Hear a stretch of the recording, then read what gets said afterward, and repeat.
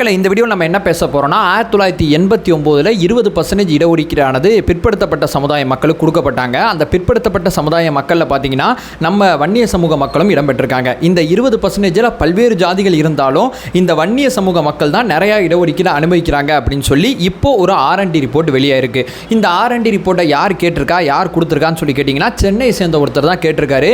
மறவர் சமுதாயத்தை சேர்ந்த ஒருத்தர் தான் கேட்டிருக்காரு. ஏன் இந்த சமுதாயத்தை நான் குறிப்பிட்டு சொல்கிறேன்னா, இந்த மறவர் சமுதாயத்தை சேர்ந்த சென்னையை சேர்ந்த அந்த ஒருத்தர் என்ன சொல்ல வர்றாருன்னா 20% உள் ஒதுக்கீடு கொடுக்காதீங்க, ஆல்ரெடி 20% வன்னிய சமூக மக்கள் தான் நிறைய இடஒதுக்கீடு அனுபவிச்சுட்டு இருக்காங்க, இந்த புள்ளி விவரங்களை பார்க்கும்போது தெரியுது அப்படிங்கிற ஒரு கருத்தை அவர் முன்வைக்கிறாரு. மீடியாவை சந்திச்சிட்டாரு, அவர் பேசுறாரு, அவரோட முகம் முதற்கொண்டு மீடியாவில் இருக்குது. ஸோ இந்த R&Dயை நம்ம ஏற்கனமா மறுக்கணுமா, இந்த R&D ரிப்போர்ட்டை எந்த இடத்துல வச்சு நம்ம அரசியல் பேசினா சரியா இருக்கும்? உண்மைக்குமே வன்னிய சமுதாய மக்கள் தான் அதிகமாக இடஒதுக்கீடு அனுபவிக்கிறாங்களா, இல்லை தமிழக அரசு இல்லை சில சூழ்ச்சிகளை செஞ்சு இந்த ரிப்போர்ட்டை வெளியிட்டிருக்காங்களா? ஐயா ராமதாஸ் அவர்கள் இந்த ரிப்போர்ட் வந்த பிறகு என்ன சொல்றாங்க, எல்லாத்த பற்றியும் தெளிவானமா இந்த வீடியோவில் பார்க்கலாம். உற்சாக வணக்கங்கள், வாங்க பதிவுக்குள்ள போகலாம். இந்த R&D ரிப்போர்ட் முதல்ல எப்படி பதிவு செய்யப்பட்டிருக்குன்னா, வேலைவாய்ப்பு அப்படிங்கிற பக்கத்துலையும் சொல்லியிருக்காங்க, கல்வி அப்படிங்கிற பக்கத்துலையும் சொல்லியிருக்காங்க. வேலைவாய்ப்பு எடுத்துக்கிட்டிங்கன்னா 2013 2022 வரைக்கும் சொல்லியிருக்காங்க. கல்வின்னு எடுத்துக்கிட்டிங்கன்னா 2018 2022 வரைக்கும் சொல்லியிருக்காங்க. இந்த பக்கம் ஒரு 8 விஷயங்கள் சொல்லியிருக்காங்க, 8 கேட்டகரி சொல்லியிருக்காங்க, அந்த பக்கம் ஒரு 8 கேட்டகரி சொல்லியிருக்காங்க.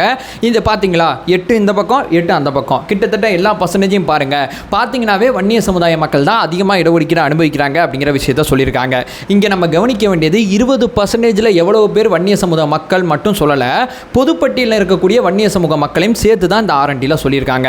உங்களுக்கு இன்னும் தெளிவாக சொல்ல போனால் நம்மள பல்வேறு விதமான இடஒதுக்கீடு இருக்குது. இடஒதுக்கீடு இல்லாமல் பொதுவாக இருக்கக்கூடிய இடஒதுக்கீடு இருக்குது. 69% இடஒதுக்கீடு இருக்குது. 1% வந்து பொதுப்பட்டியலில் பங்கேற்கக்கூடிய நபர்களும் இருக்காங்க. அதில் வன்னியர் அப்படிங்கிற பேர் இருந்தாலும் அவங்களே இந்த கேட்டகரியில் போட்டு பொதுப்பட்டியலையும் சரி, இந்த பக்கம் பிற்படுத்தப்பட்ட பட்டியலையும் சரி, வன்னிய சமூக மக்கள் எவ்வளோ இடஒதுக்கீடு அனுபவிக்கிறாங்க அப்படிங்கிறதா அந்த R&Dயில் சொல்லப்பட்டிருக்கு. அந்த R&Dயில் ஹையாக இருக்கக்கூடிய சில விஷயங்களை நம்ம எடுத்து பேச ஆரம்பிச்சாவே, கல்வி நான் முன்னாடி சொன்னபடி 2018 2022 வரைக்கும் சொல்லியிருக்காங்க. MBBS சீட்டை முதல்ல எடுத்துக்கிறாங்க. MBBS சீட்டானது 2018 2022 வரைக்கும் 24,330 சீட்டு இருந்துச்சு. இந்த 24,330 சீட்டில் கிட்டத்தட்ட 3,354 சீட்டு வன்னிய சமூக மக்களுக்கு தான் போயிருக்கு. இந்த கேட்டகரியில் எத்தனை பர்சன்டேஜ்னு சொல்லி கேட்டிங்கன்னா 13.8. இப்போ வன்னிய சமூக மக்கள் கேட்குறது எவ்வளோ, 10.5. ஆல்ரெடி 13% நீங்கள் தான் வாங்கிட்டு இருக்கீங்க அப்படிங்கிற ஒரு விஷயத்தை சொல்கிறாங்க. ரெண்டாவது பார்த்தீங்கன்னா MD, அதாவது உயர் படிப்பு படிப்போம்ல, அந்த உயர் படிப்பில் பார்த்தீங்கன்னா 6,996 சீட்டு மொத்தமாக இருக்குது. இதில் 940 சீட்டு வன்னிய சமூக மக்களுக்கு போயிருக்கு, கிட்டத்தட்ட 13.5%. அடுத்ததாக பார்த்தீங்கன்னா சட்டக்கல்லூரி, மிக முக்கியமானது. சட்டக்கல்லூரியில் 17,990 இடங்கள் இருக்குது.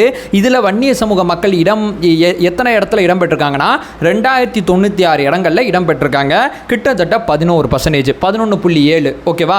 அடுத்ததாக பார்த்தீங்கன்னா வேலைவாய்ப்பு அப்படிங்கிற பகுதியில் 2013 2022 வரைக்கும் சொல்லியிருக்காங்க. குரூப் D 4ல் எவ்வளோ பேர் பார்த்தீங்கன்னா 26,784 பேருக்கான இடங்களுக்கு தேர்வு நடத்தப்பட்டுச்சு. இதில் வன்னிய சமுதாய மக்கள் மட்டும் 5,215 இடங்களில் ஜெயிச்சிருக்காங்க, பதவியில் இருக்காங்க. 19.5% வன்னிய சமூக மக்கள் தான் இருக்காங்க அப்படிங்கிற புள்ளி விவரத்தை சொல்கிறாங்க. அடுத்ததாக பார்த்தீங்கன்னா உதவி மருத்துவர், இந்த கேட்டகரியில் பார்த்தீங்கன்னா 8,379 இடங்களுக்கு தேர்வு வைக்கப்பட்டு இந்த இடங்கள் காலியானதாக அறிவிக்கப்பட்டுச்சு. இந்த இடங்களுக்கு தேர்வு வச்சதில் 1,433 பேர் வன்னிய சமூக மக்கள் தான் இருக்காங்க, கிட்டத்தட்ட 17%. ஸோ 10.5% இடஒதுக்கீடு கேட்குறீங்க. வேலைவாய்ப்பில் எல்லாமே 15, 14, 13, 19 வரைக்கும் இருக்குது. கல்வியில் எடுத்துக்கிட்டால் 13, 14ங்கிற ரேஞ்சில் இருக்குது. இந்த பக்கம் 8 பார்த்தீங்களா, இந்த பக்கம் 8 பார்த்தீங்களா, இடஒதுக்கீடு கேட்குறது ரொம்ப அநீதி அப்படிங்கிற ஒரு கேட்டகரியை சொல்லியிருக்காங்க. இதற்கு ஐயா ராமதாஸ் ஐயா என்ன சொல்லியிருக்காங்கன்னா, ஓகே ஃபைன், நீங்கள் சொன்ன டேட்டா அடிப்படையில் இடஒதுக்கீடு ரொம்ப கரெக்டாக இருக்குது தான். ஆனால் 1989 2022 வரைக்கும் மொத்த கேட்டகரியை நீங்கள் சொல்லியிருக்கணும். அதாவது மொத்த கேட்டகரியில் எதையுமே சொல்லாமல் 1989 2022 வரைக்கும் எங்கெல்லாம் வன்னிய சமுதாய மக்கள் அதிகமாக இருக்காங்கன்னு உங்களுக்கு தெரியுதோ அந்த டேட்டாவை மட்டும் எடுத்துகிட்டு வந்து இங்கே அரசியல் செய்யாதீங்க. நீங்கள் உண்மையான ஒரு அரசாங்கம் இருந்தால் 1989 அப்போலேருந்து தானே 20% கொடுக்குறாங்க, அப்போலேருந்து 2022 2022 வரைக்கும் இந்த 20% வன்னிய சமுதாய மக்கள் எவ்வளவு % இடஒதுக்கீடு அனுபவிக்கிறாங்க அப்படிங்கிற வெள்ளை அறிக்கையை இன்னைக்கு நான் சொல்கிறேன், வெளியிடுங்க அப்படிங்கிற விஷயத்தை சொல்கிறாங்க. இப்போ இந்த சேனலில் ஒருத்தர் இன்வெஸ்ட் வர்றாருன்னு வச்சுக்கலாமே. இன்வெஸ்ட் வரும்போது நான் என்ன பண்ணுவேன், என் சேனல்லே அதிகமாக எது வியூஸ் போயிருக்கோ அந்த வீடியோ காமிச்சு இந்த சேனலில் இவ்வளோ மக்கள் வராங்க, இவ்வளோ மக்கள் இருக்காங்க, பார்க்குறாங்க அப்படிங்கிற விஷயத்தை நான் சொல்லுவேன்.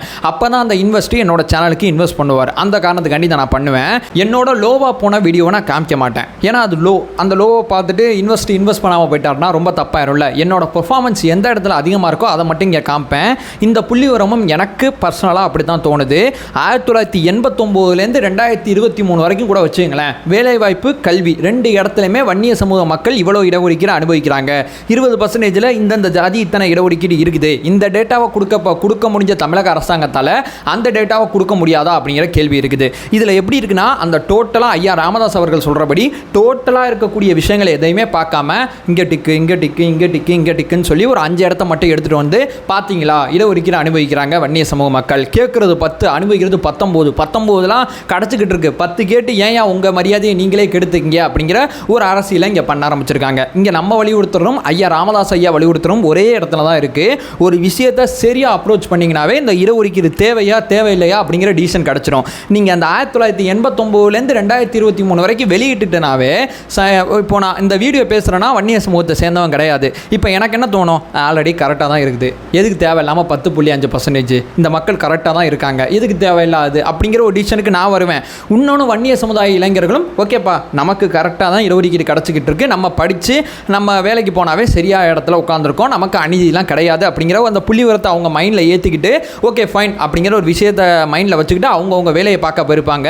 இந்த போராட்டம் ஆர்ப்பாட்டம் இதெல்லாம் பங்கேற்க மாட்டாங்க. இதில் ஹை பிச்சில் இருக்கக்கூடிய 4 இடத்த மட்டும் டிக் பண்ணிவிட்டு பாத்தியான்னு சொல்லும் போது தான் உள்நோக்கம் இருக்குமோ, வேறு எதுவும் காரணம் இருக்குமோ, எதுக்கு மறைக்கிறாங்க அப்படிங்கிற பல்வேறு விதமான கேள்விகள் வன்னிய சமுதாயத்தை சேராத எனக்கே வருது. அப்போ வன்னிய சமுதாயத்தை சேர்ந்தவங்களுக்கு வராதா? ஹானஸ்ட்டாக சொல்ல போங்க, எந்த ஒரு இடஒதுக்கீடாக இருந்தாலும் இடஒதுக்கீடு இருக்கப்படும் போது அந்த இடஒதுக்கீடில் அனுபவிக்கக்கூடிய மக்களுக்கு அது கரெக்டாக போய் சேரணும். அது எந்த இடஒதுக்கீடாக இருந்தாலும் சரி, அது அந்த மக்களுக்கு போய் சேராத வரைக்கும் அது ஒரு பயனற்ற அரசியல் வேலை அப்படிங்கிறத நம்ம சொல்ல வரோம்.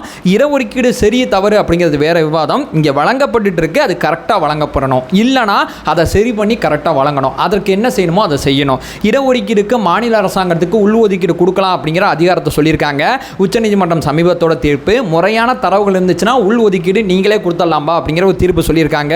இந்த தீர்ப்பு வந்த பிறகு திமுக அரசு இந்த ஒரு எப்படி சொல்கிறது, இந்த R&D வெளியிட்டு பாத்தியா பர்ஃபெக்டாக இருக்குது அப்படிங்கிற ஒரு விஷயத்தை சொல்ல முயற்சி பண்ணியிருக்காங்க.